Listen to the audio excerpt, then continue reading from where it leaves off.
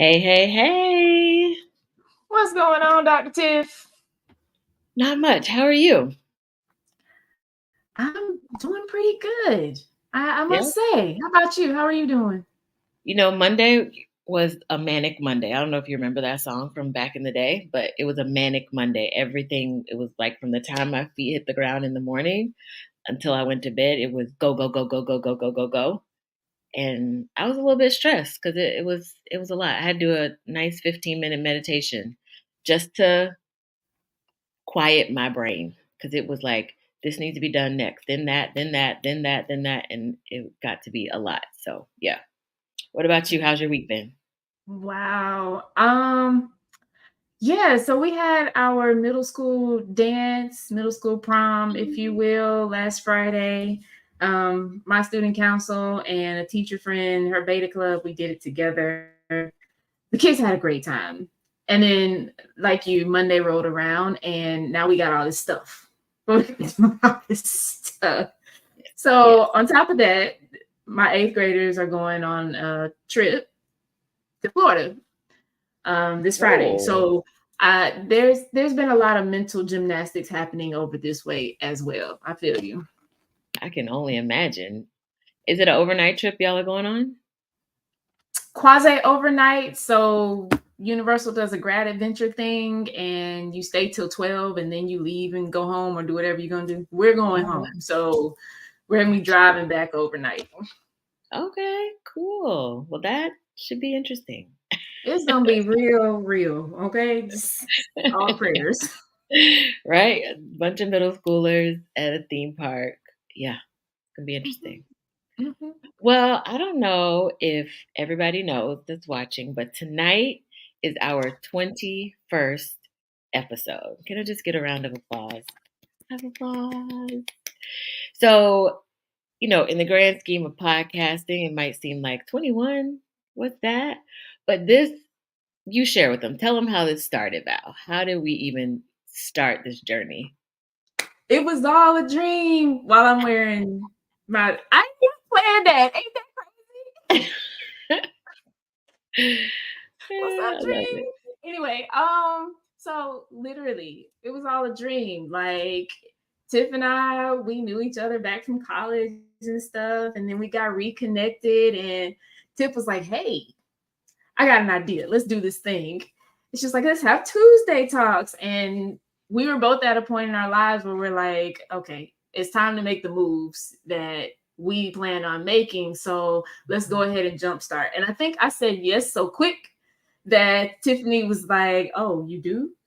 You we're gonna do this?" I'm like, yes. So it started there. We were only gonna do three episodes. That's Yep. it. We were gonna do 3 episodes, get to Christmas, like this past Christmas, and you know, Yeah. we did our thing, right? And Yep. then we talked and we were like, well, let's make it a thing for real. Make it a Yeah. yeah. I feel like this is a passion of both of ours, so then it's easy to pour into it. It's easy to carve out this time to plan the show, to do the show. It just comes naturally because it's something we're both passionate about. So I know we wanted to create something that just allowed us the opportunity to discuss these topics that are important to us and giving our audience and solutions. That's why every episode, if you're new to listening or watching, every episode we end with actionable strategies and solutions that you can take with you and apply the next day, apply in that moment. And I think that's really important because I know for myself and probably for you too, we read a lot of research articles and it all sounds great. And then at the end of the article, you might be left with, okay, so what do I do with all this knowledge? How do I make this actionable in my day to day life? And I always like to give those types of strategies to parents of kids that I've worked with for their speech therapy sessions. So that's a really important and I think unique part of what we do on Tuesday Talks, giving those solutions at the end of each episode, not to mention the newsletters that we also share when people sign up for our freebie newsletters as well. So it doesn't seem like an extra thing to do. It's something that I think we both are just like, yes, let's sit down, let's plan this out, let's sit down, let's execute it. I totally agree. I what do you think is let's talk about some of our favorite episodes. Like, so what's one of yours? Okay, so my favorite, which is near and dear to my heart, was the understanding special education episode because that's been my career for the past like 18 years. So helping parents understand how to navigate special education is something that I am just determined to do. In fact, I was reading an article today on educationweek.com that someone shared with me, and it was about having teacher education programs. So when people go to college to get their degree to teach, having a course on how to engage families in learning is something that's not done at a lot of universities at all. So these students leave their teacher programs without knowing how to engage families as a part of their students' learning. And it's so important. So that was one of my favorite episodes because I felt like we really got to break it down. I think we actually broke that down in 2 episodes. So if you haven't checked that one out, please go back to our YouTube page and watch those 2 episodes. If you have a kid in special ed, family member, or you're just a teacher with kids in your class that receive special education services, it was a very educational series. What about you? What was your favorite? Um, I would have to say what we started out with, teacher burnout.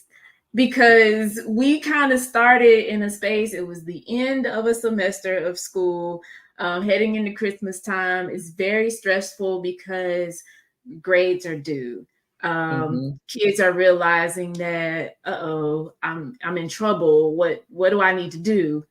So I like that one personally. It allowed me to vent. We were able to kind of give teachers a voice for how they feel during this time and how parents can kind of have a different perspective of what's happening at that time of year from the teacher perspective. I promise we're not just sitting at our desk twiddling our thumbs on our phones babysitting the kids. Like we're really doing things. And I think what I wanted our viewers to get out of those episodes was that it takes a community, it takes a collaborative effort, it takes everybody involved understanding the other party's perspective so that we can have some patience with each other, so that we can work together in the best interest of the kid. Yeah. And I think the best part about that was the last episode in that 3-part series when we had Danita Bird on, mental health counselor, and she really talked about how that mental health piece should really be a part of services that are offered not only to the students in the school but also to the teachers as well, so you have this safe space to go to release whatever thoughts or emotions you have going on, because at the end of the day teachers are human beings just like everybody else. They have lives at home and they have their work lives, and just like anybody else, sometimes your home life can carry over into your work life. And if you don't have an outlet to be able to talk to somebody about that, it can be really challenging to show up and do your job. That goes for anybody. Whether you work at home, you work in person, you work with people, you work in a cubicle, having that outlet is super important for teachers because they're responsible for a classroom of 25 plus kids, or in your case at middle school, how many kids do you even see in a day with all the class changes? I see about close to 75 kids in a Yeah. day. Yes. Yeah, yeah. So they have these personal lives that are happening in conjunction with them trying to pour into 25, 70 kids a day. You need a resource to be able to go to. So I felt like that was a really good part of that series that we talked about. And maybe we will see some improvement in that area, that schools will provide that resource. In schools, every decision that's made comes down to the almighty dollar. So got to get the funding for that, of course, but I Yeah, think it is definitely definitely. doable. It's Yeah. doable. Yeah. What would you say was like one of the tips that you liked for teachers, or for just not even just teachers, but any adult that's working in a school building? Yeah, I think I liked when we shared just how to be able to connect with families. And of course that goes back to my passion point as well. Because I think if you bring in the parents and show them that they are really their child's first teacher and that they are integral part of how their child performs at school, that takes a Mhm. load off of you as the educator. If you know you have a partner that's in line with you and the way that you're approaching education at home. So carrying that over, that could definitely take a load off. What about you? What was one of your favorite strategies that we gave? I like the part about um again, teacher burnout, was when we gave tips for the teachers to kind of help themselves in the situations, instead of depending on admin or, Mhm. district level people to do it for them. So, like, in the car ride on the way to and from work, find something that gives you peace. Sometimes you might just want to sit in silence. Sometimes you might want to play a meditative audio, for Mhm. example. Just use that time, because we're so busy. Like, we're so Yeah. busy and our brains are always going. Just like you said, this Monday, you literally had to take 15 minutes for yourself to clear what was going on in your head. And I'm sure you have been a much better person because of that. Just imagine if you didn't. Mhm. Teachers, same thing. Yeah, definitely. So if you haven't checked out the 3-part teacher burnout series, I would definitely encourage you to go back into our YouTube videos on our YouTube channel to check those out. What was another one of your favorite episodes out of the 21 that we've done? I'm I gonna keep saying that. loved 21. yes, I love seeing beyond the behavior. I think this is one of the things through my experience that I became aware of the fastest, and it's helped me the most. And what that's about is we see kids and how they act, or how we think they're responding to different things in the classroom, us, other students, being frustrated, all of that. And what we talked about was how, let's look at that from a different frame of reference and realize that what we're seeing is like the iceberg, the tip of the iceberg. And if you're familiar with that picture, up under the sea level is this gigantic, massive piece of ice that you cannot see. So Mhm. that for me was about figuring out what's up underneath the behavior. A lot of behaviors that kids display could actually be leadership skills, leadership characteristics, Yeah. gone the other way. Maybe we could take that and steer them back into a positive direction, and you'll have somebody who could run your classroom for you. Yeah, and that was one of the episodes that I got the most feedback about in my direct messages was that example that you just talked about, how we might label a child as, you know, bossy or always talking, not ever on task, not following directions, and how you can flip those to see how that behavior can be kind of nurtured and turned into something positive. So, like I know we talked about, that kid in class who like the kids just always seem to follow what this kid does. And you really don't know why because they don't make the best decisions. But in that, you're looking at an influencer, people who are naturally drawn to that person.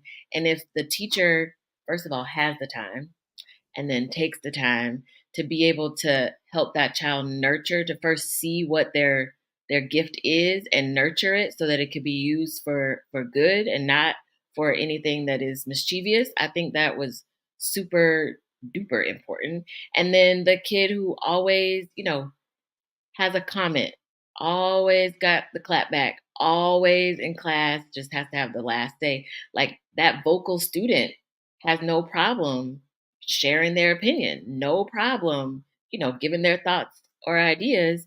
And of course, there's a time and a place for everything, but you can also see the positive qualities in that kid to be like, okay, you know what? Maybe you should think about student council because you might do really well getting people to hear what it is that you have to say because you surely don't mind sharing in here.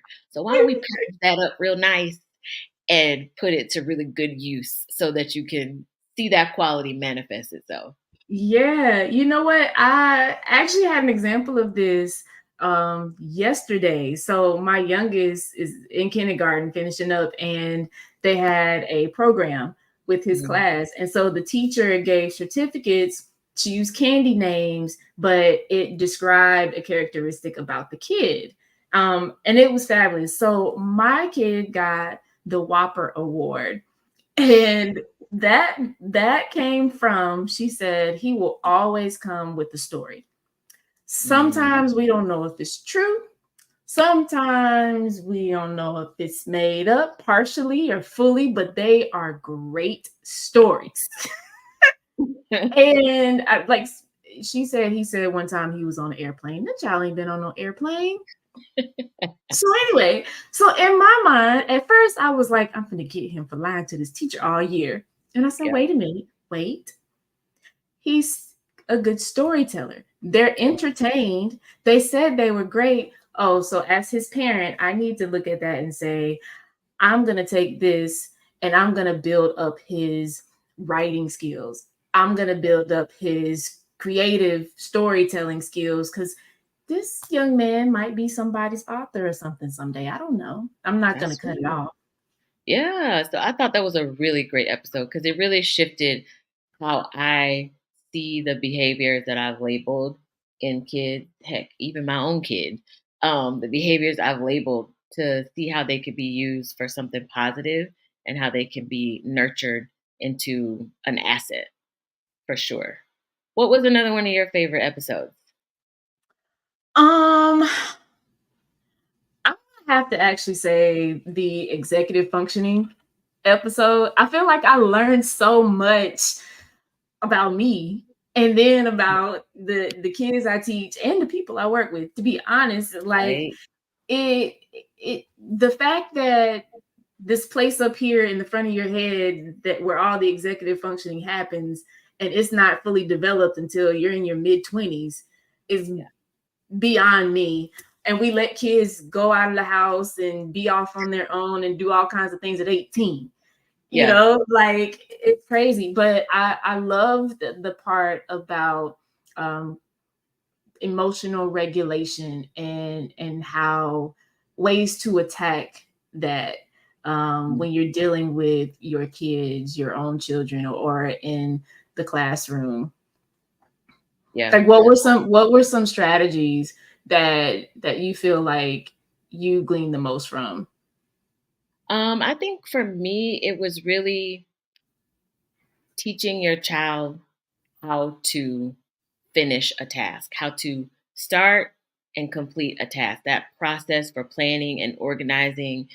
Because if you're not explicitly teaching them these things, then they don't always know how to do it. And then that episode, if you haven't watched, please go back and do so. That those two episodes are streaming on Apple Podcasts and Spotify, so you can check them out on your way to work. Just search Tuesday Talks, and or you can watch them on our YouTube page as well. But I use the analogy on there that when it's time for your kid to learn how to tie their shoe, you don't just toss them a shoe and say put it on, tie it up.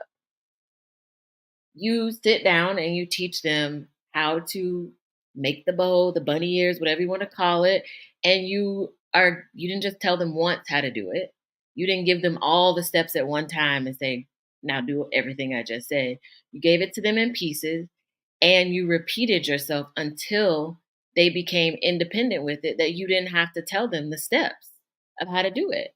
And so these tasks that we ask our kids to do, get yourself ready for bed, get yourself ready to go to school, in the classroom, we're getting ready to start language arts. If I'm having executive functioning challenges and you just giving me those topics, those things to do, and I haven't really been taught what are the steps that I need to do to get to that end product, then I'm gonna have a really challenging time. And a good example this weekend, I was telling my son, "Hey, you need to pack your bag because you're gonna go to your grandma's house." And I said, "What do you need to pack in your bag?" Hmm. My iPad, my charger, my and I interrupted him. Whoa, whoa, whoa, whoa, whoa. Whenever you're packing your bag to go somewhere, you should always start with the clothes that you need to put in your bag. Forget the rest of them electronics. You need some underwear and a shirt and some shorts. But that's the first time I had asked him to pack his own bag. So my expectation was that, oh, he knows what he needs to put in there. And I could have very well just said, go pack your bag. And then got the bag downstairs. We getting ready to go. And it ain't nothing in there but an iPad and a charger. But in Yep. that moment, I asked the question to check, to do a knowledge check. What do you need to pack in your bag? And then he demonstrated to me that he did not pass the knowledge check. He does not know. And so we had a conversation about it. And next time I ask him to pack a bag, I'm hoping when I ask him, what do you need to pack? He will start with clothes because that's the most important thing. But those are I- just some real yes. world examples that it just shows you what all needs to happen and develop and the assumptions that a lot of parents make. I see that in the comments right now. We assume that kids know simple things and sometimes they don't. Sometimes they just don't. What about you? Have you experienced that with your students in your class? All the time. The fact that I teach math, I feel like it's even more glaring Mm. of an issue. It's like I want to make you cringe, Tiff, but solving equations, like I think for the most part, everybody knows that there are steps to it.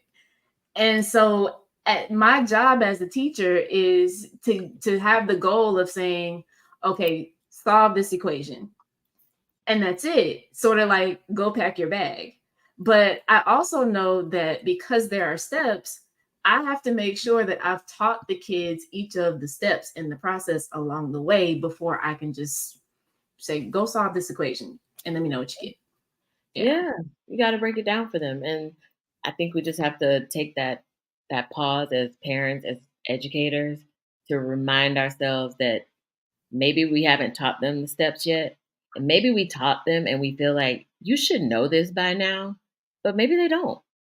And at that point, when you feel like they should know, then maybe asking the question, what do you need to do to get to this outcome? Tell me what the thoughts are in your mind so that they can show you what it is that they know. And that way you know where the gaps are. Or maybe you when you taught them the steps, you was frustrated because you didn't take your 15-minute meditation. And so the way that you expressed what they were supposed to do really came out as frustration and they weren't able to receive it. You never know. Yeah, Gotta yeah. stay And that calm too in the we talked process. about that a lot on the emotional regulation piece. If we are going to teach our kids how to manage their emotions, we first have to know how to manage ours and model that for them, be able to explain to them how to do it.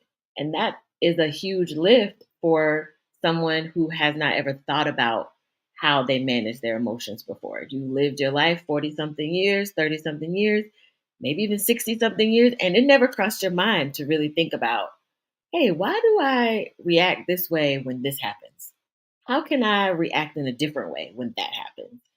And that I think that's a really good opportunity for us to reflect as the adult in the situation and then model or talk through the steps on how to manage those emotions in certain situations because it's going to happen. You're going to have to be able to do that. And so if you can role play like we talked about in that episode, I love a good role play.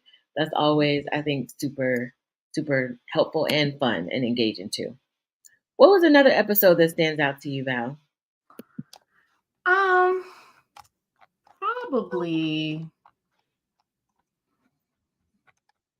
it was so many. Like I really I loved every single one of our episodes. I'm not even gonna, like I could just go down the list and talk about what I like for this one. Stress for success students. For example, when I think I gave the example of the girl who I had to talk to because she not only had pressure coming from outside, from her family and things, but she began to internalize that pressure and start putting it on herself. And Mhm. so like in that episode, we just kind of talked about like when you see that in kids, or even if you feel it, like the first thing to do is acknowledge it, like bring it to awareness so that the kid knows what's going on, and give them some space to process where it's coming from and how they're feeling about it. And Yep. with that girl in particular, it was, she just didn't feel like she was doing a good enough job, and that's all she needed to hear. So Yep. yeah. Definitely. So I know in our passion to talk about these topics and discuss them and share our knowledge that we have had in this space for over 3 decades combined, I know we offer services, and I have a true gift, which is I'll let you speak about it, but mentoring young people. That's a gift that not a lot of people have or want to tap into. So tell me a little bit more about your mentorship program. So, yes, it is definitely a gift because only the grace of God would allow me to do what I do with these young people. But I'm very thankful for it. So, I coach teens and some very special preteens, and um kind of lead them through issues of self-esteem, having high anxiety or depression. Try to give them an outlet, so that I can help them with some of those challenges. And I do it mostly in one-to-one coaching, and mostly virtual. Actually, I have a Mhm. lot of virtual clients. Um, and so that's the problem. I found in my youth, I just remember times when I was feeling different ways, and I really didn't feel like I had an adult that I trusted, Yeah. that I would feel kind of judgment free around them. So that's kind of where that came from. What about you, Tiff? Now you have gifts that I cannot fathom myself being. Tell the people, what do you do? Yeah. So again, going back to what we talked about when we discussed the special education episode, helping parents see their role in their child's education and kind of unlocking those barriers to being a part of their child's education is something that I provide educational consulting services for. So just making sure parents understand how to read their kids' IEP. This report you got back from the psychologist, what do all these words mean? And then once you get an IEP put in place, how as you what do you do as a parent to make sure what's written in the IEP is actually being done? It should be legally, but I can tell you right now it's not always done the way that it's written in the IEP, and that could be for various reasons. But I find myself always giving advice and suggestions to family or friends that have kids who are receiving special education services. And I thought to myself, I have all this knowledge, I have all of this experience. Why don't I offer that as a service so that I can share that gift with others? Because I've seen such disparity between the parents who ask and demand for everything and they get it, and the parents who don't ask because they don't know they can ask, and then they get nothing. It is such a difference. The squeaky wheel gets the oil is true. Now you can't just come in there guns blazing and ready to ask for the moon, the sun, and the stars. But I'm just asking you to make sure they're following the legal binding document that everybody in that IEP meeting signed and agreed to. And knowing the questions to ask, knowing how to enter that meeting so that people sit up and really pay attention and take notice and make sure that they are dotting their I's and crossing their T's with you. You can just walk in the meeting and set the tone right from the start, and it shifts the energy in that meeting. Once they know that you are that parent, they will approach you differently.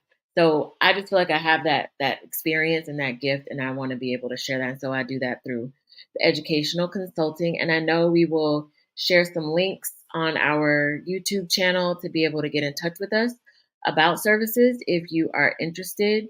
And then we'll also put it in the description for the podcast as well so that you can get in touch with us. If you have not signed up to get our amazing newsletters, I am going to drop that link in our YouTube chat right now. So I implore you to check that out. All you have to do is share your email address and we will get that to you right away. And easy read, one page, and it really highlights all the solutions that we gave in a particular episode. So if you know anybody that could benefit from the services that we talked about today, then please share this episode with them, share the podcast with them, and let's help our teens, like Valerie wants to do, make sure that they have a safe space to share. And then let's help these parents know how to advocate for their kids to make sure they're getting what they deserved in school. Ooh, I love it. I love it. I love it. I 21 love it. episodes in the can. I love it. I can't believe it, really. We were supposed to do We 3. look, we for real adults out here at Right. 21. I love it. Well, thank you to everybody who joined us for the live tonight, everybody who's catching the replay online, and those who are listening to the podcast. We really appreciate you. If there are topics that you want to hear about, don't hesitate to reach out to us and we will discuss those and see how we can bring them to life because that is the whole purpose of why we do this. Everybody have a good night. Bye. Bye.